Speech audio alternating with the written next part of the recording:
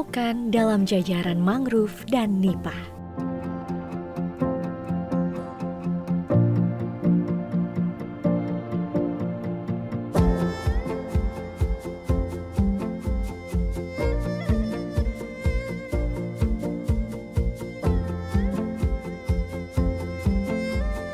Menyelami gua bawah laut.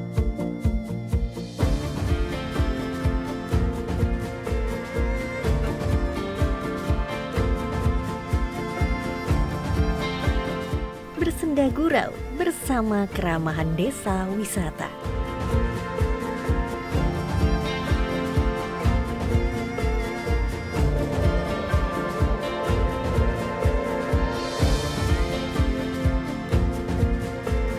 Bersama Minanti Rohanta, inilah Buton.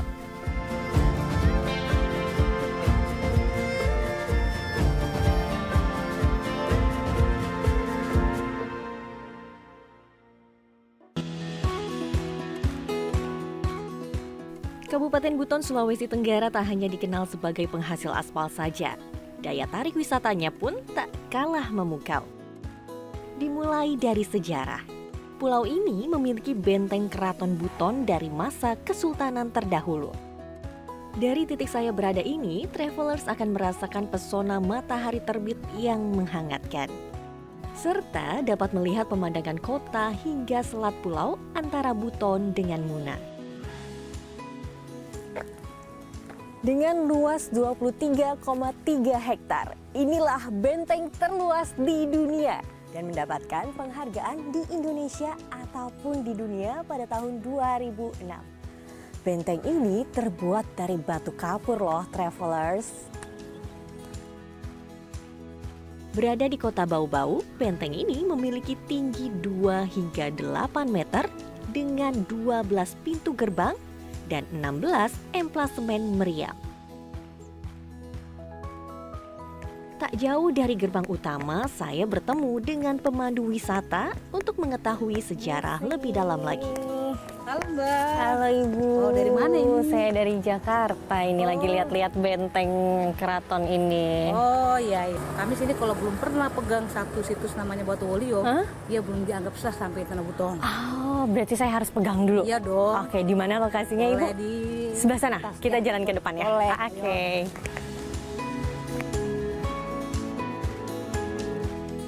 Saya pun langsung diajak menuju Batu Walio atau Batu Yigandangi yang tak jauh dari gerbang utama. Silakan dipegang dulu. Iya, selamat datang Bu, saya ucapkan selamat datang di Pulau Buton Bu ya. Pulau Buton dulu, Pulau Buton ini ceritanya dia tuh seperti dia pulau yang tertutup sama Lautan. Ini sama lautan. Ah. Ya. Dan yang muncul duluan itu kan tidak ke permukaan laut seperti ini, batu ini. Batu ini dipercaya Ya. sebagai Batu yang awal muncul di permukaan laut. Iya. Tepat di belakang batu tersebut terdapat makam Raja Buton ke-6 yang menjadi sultan pertama Kesultanan Buton.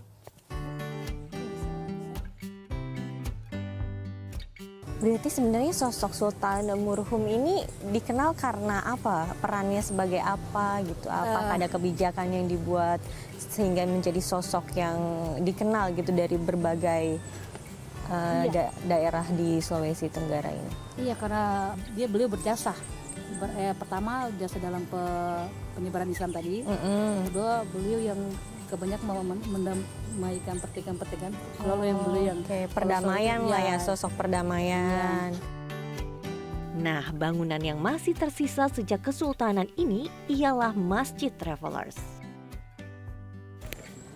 Masigi Ogena, berarti ini yang tadi Ibu bilang, Masigi Masjid Ogena besar, masjid besar. Iya. Ini sudah ada sejak Kesultanan dahulu Bu? Iya, usia masjid dia untuk per tahun ini ya, dia sudah 311 tahun. 311 tahun, wow.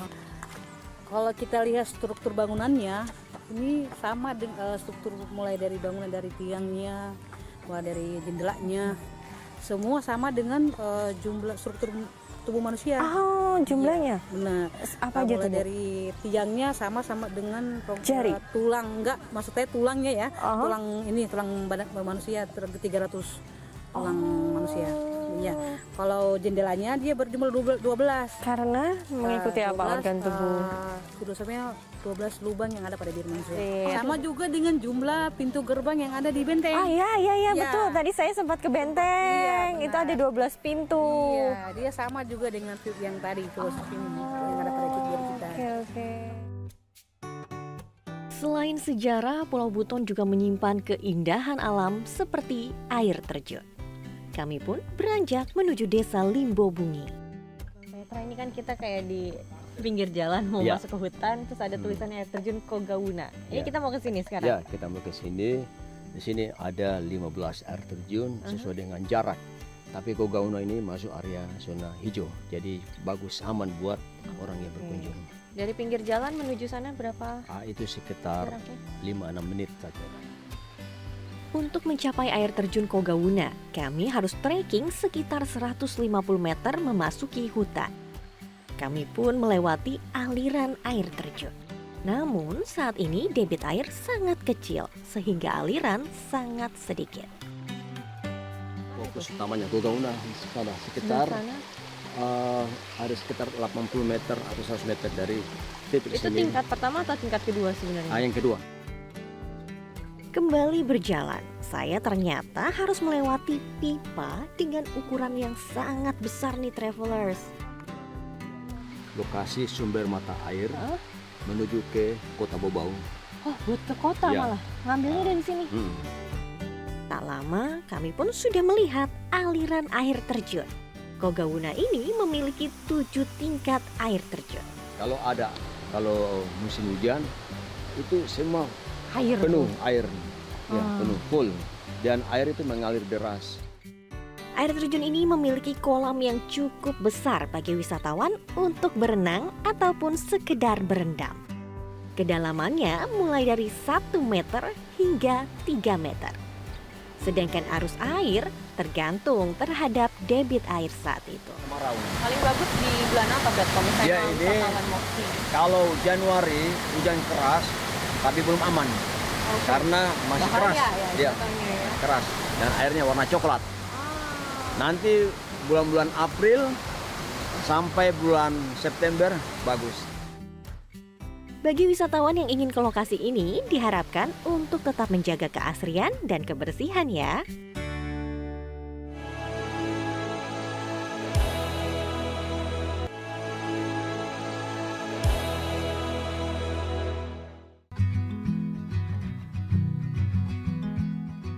Desa Waswemba di Kabupaten Buton, Sulawesi Tenggara memiliki potensi wisata yang berbeda. Desa wisata ini memiliki pantai pasir putih, perkebunan kelapa, dan keramahan warga. Salah satu wisata yang unik ialah akuarium alami, atau warga lokal menyebutnya dengan Ee Tobungku. Lokasinya berada di jembatan lingkar pinggir pantai Lohanduru. Pohon mangrove pun berada di tengah-tengah jembatan, menambah kesan kesejukan. Wah, jadi inilah akuarium terbuka yang ada di Desa Waswemba, Kabupaten Buton. Tapi saat ini airnya sedang surut. Terlihat dari karang laut atau kars yang tinggi, runcing, terlihat tajam juga. Kalau misalnya airnya pasang, pasti persis banget kali ya, kayak akuarium. Tadi pun aku sempat lihat kayak ada penyu. Bener gak ya? Berarti banyak dong biota lautnya di sini.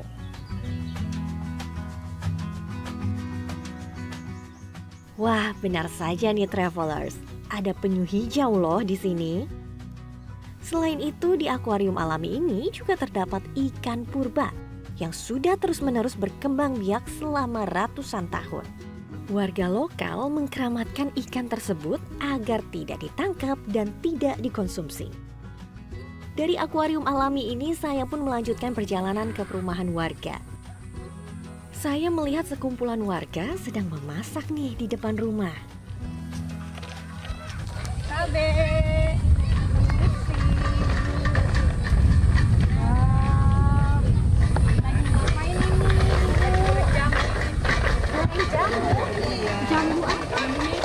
Oh, jambu mete. Oh, ini kacang mete ya? Goreng. Oh, gorengnya seperti manual ya? Manual. Tidak pakai bumbu apa-apa? Tidak, langsung alami. Wah, menit, 15 sampai 20 menit. Tergantung apa api ya. Apinya kalau apinya bagus apinya lebih bagus. Apinya langsung dari batu kelapa lagi ya? Iya. Dibakar. Agak keras ini. Tidak biasa. Iya. Ini. Nah, itu yang Saya coba ya. iya. Enak banget. Wah, ini fresh banget ya, fresh from the oven kalau kita bilang. Enak banget, enak banget. Gurih ya rasanya. Padahal tidak ada campuran apa-apa ya.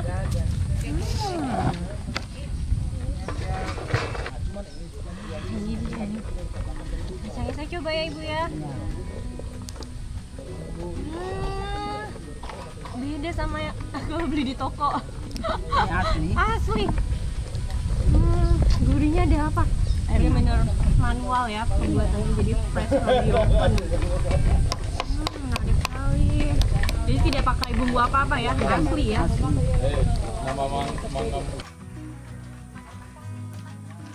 Kabupaten Buton merupakan salah satu daerah penghasil kacang mete di Indonesia. Maka cemilan mete ini memang jadi idola para wisatawan jika berkunjung ke Sulawesi Tenggara. Kembali berjalan di sekitaran desa Wasuwemba. Saya akan mengunjungi sebuah rumah dengan penenun songket yang sudah turun-temurun. Ibu Waosi membutuhkan waktu 4-6 hari untuk menenun kain dengan panjang 4 meter. Semuanya tergantung pada motif. Motif kain kotak-kotak biasanya diperuntukkan bagi pria, sedangkan bergaris panjang untuk wanita. Sore hari, Desa Wasuwemba membagikan suasana kekeluargaan. Banyak ruang terbuka bagi warga untuk bersenda gurau. Anak-anak pun dapat tertawa, berbagi keceriaan dengan bermain bersama secara bebas. Wah, ada anak-anak yang lagi main permainan tradisional. Seru banget, aku mau coba samperin mereka. Hai adik-adik semuanya. Wah, lagi pada main apa di sini? Bakiak sama enggrang ya? Iya. Kalian gak ikut main? Atau kalian main yang lain? AC namanya? Iya. Oke, nanti kalian main di sini juga. Aku boleh ikut bareng kalian nanti? Boleh ya? Oke, sekarang kita lihat ini dulu ya.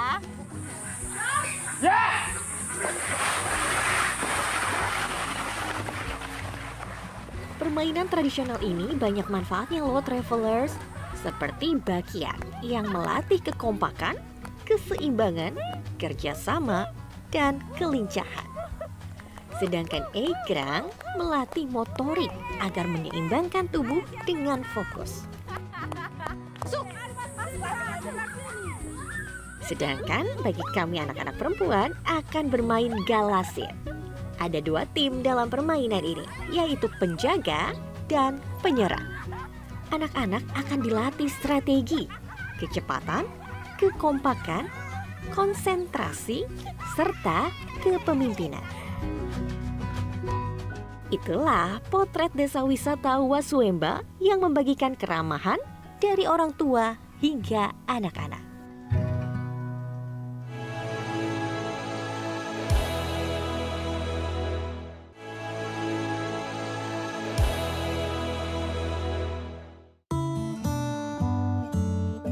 Amazonia, Indonesia. Muara sungai, kelokan demi kelokan dalam jajaran mangrove dan nipah. Inilah Muara Lakologu di Desa Limbo Bungi. Saya pun ingin mencoba menyusuri muara tersebut dengan menggunakan perahu nelayan setempat atau kapal ketinting. Penyusuran diawali dari dermaga kecil di bibir sungai. Muara ini cukup besar loh travelers, karena sebagai titik pertemuan dari 3 sungai, yaitu Kantalai, Liabuku, dan Lakalogo. Selama penyusuran, saya berada di tengah-tengah rindangnya mangrove dan nipah yang luasnya sekitar 55.000 hektar. Ini biasanya perjalanan dengan perahu ini berapa lama Pak untuk mengitari nipah-nipah ini semua? Kurang lebih 1 jam lah Mbak, dari 1 jam? ya dari ini tadi tuh, dari tempat naik pertama tadi itu. Dermaganya ya Pak. Kalau di zaman dulu ini Mbak, kayak gini ini luas, karena kan dulu kan ini kan sumber pencariannya juga orang-orang dulu, atap nipah kan. Iya, Tapi iya, pas iya. semenjak sudah banyak atap seng ini, sudah jarang orang pakai begini, sudah jarang yang datang petik inian, potong ini nipahnya, iya. Travelers juga dapat bertemu beberapa satwa liar loh di sini. Contohnya seperti burung, dan terkadang bisa juga melihat buaya yang sedang berjemur. Namun kali ini saya tidak dapat melihatnya nih travelers. Tak hanya itu saja, travelers pun dapat bertemu dengan warga setempat yang mencari kepiting di balik tanaman mangrove dan nipah. Pulau Buton menjadi surga bagi penyelam gua bawah laut. Bisa dibilang, di Butonlah satu-satunya titik lokasi gua penyelaman di Indonesia dengan jumlah yang banyak. Dari hasil pemetaan penyelaman gua yang tergabung dalam Rock and Roll Divers Buton, komunitas ini telah menyelam di 40 titik. Saya pun ingin mencoba pengalaman baru tersebut. Bersama Bang Sudiar, saya diajak ke Gua Moko. Gua Moko tipikal guanya ini dia patahan. Di patahan. Dia ada rekahan batu yang awalnya dulu ada di dalam tanah, belum runtuh. Lama kelamaan ada sesuatu itu mungkin gempa atau apa runtuh. Nah, untuk di cave diving itu sih sebenarnya ada beberapa level, ada beberapa tingkatan-tingkatan. Nah, level paling bawah itu paling awal itu adalah level penyelam gua di mana masih ada cahaya matahari masih nampak di kita bisa lihat ya. Nah, untuk equipmentnya di cavern area atau penyelam di level awal itu bisa pakai backmount. Di gua kalau kita diving sih ya minimal harus pakai helm atau pakai hoodie untuk mengamankan kepala. Senter itu kita gunakan hanya untuk melihat sesuatu atau senter ini menjadi alat komunikasi kita. Akses ke Gua Moko ini cukup dengan berjalan kaki saja. Mulut gua pun sudah terlihat. Persiapan kami lakukan di dalam air yang dangkal. Beberapa alat yang harus diperhatikan ialah penggunaan penutup kepala dan membawa senter. Bang Diar pun mengikatkan tali sebagai penanda jalur penyelaman. Kita sekarang mau coba penyelaman. Gak boleh kiki terlalu banyak karena partikelnya gampang naik ya, debunya. Jadi airnya gampang keruh nanti. Yap. Oke, Mohon let's go. arahan dan bantuannya ya Bang Diar. Oke. Saya di depan ya. Floating dulu aja, floating dulu sampai tengah situ baru kita turun. Kan kabuk.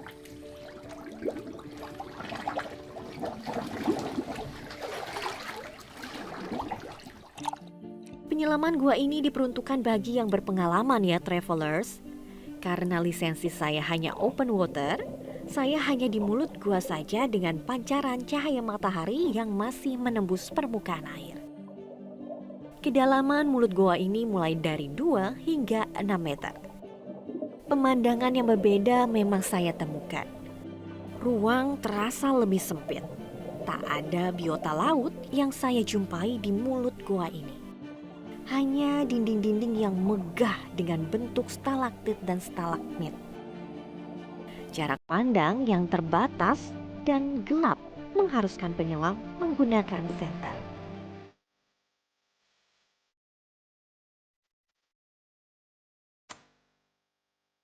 Jernih adalah rumahku, kecintaanku. Betapa berat rasanya meninggalkan Jernih. Tapi terima kasih atas pengalamannya, atas kenangannya, atas ya semuanya lah. Pokoknya aku sangat-sangat bersyukur pernah ada di Journey dan menjadi suatu cerita, suatu benang yang merajut kehidupanku. Dan terima kasih banyak pokoknya. Nggak bisa aku ungkapin lagi betapa sayangnya aku sama Journey. Ya, sukses terus ke depannya. Journey Way to Explore, aku akan mengeksplor dunia lain. Dan sampai jumpa di belahan Indonesia, di belahan dunia lainnya. Tetap menginspirasi, tetap menjadi sesuatu yang indah di mata elang biru.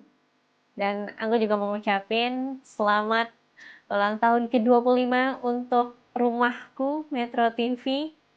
Mohon maaf perjalananku hanya sampai saat ini, tapi semuanya membekas di hati.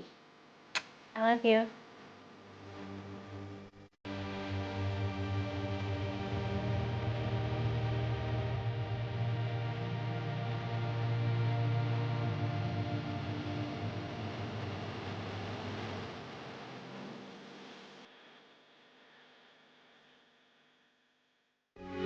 Metro TV